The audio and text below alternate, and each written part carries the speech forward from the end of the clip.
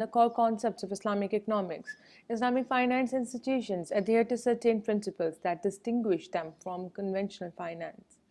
Prohibition of interest.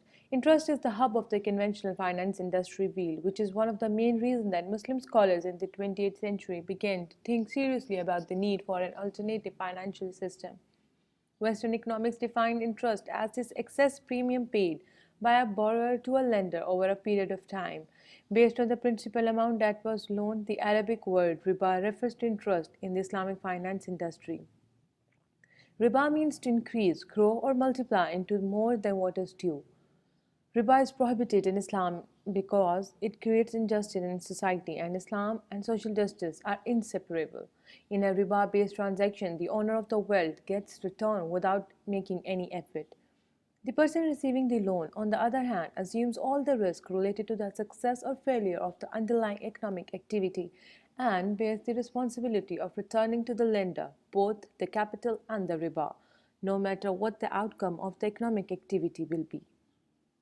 From the Islamic point of view, in a riba based transaction, the lender uses the misfortune of the borrower in order to acquire wealth which is unjust. For these reasons, such a transaction can't be Sharia compliant.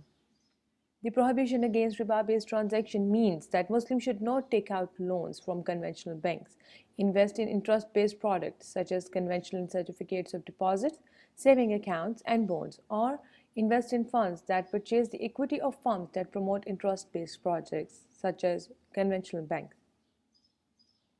The birth of Islamic finance industry in the second half of the 20th century provided modern Muslims with their first access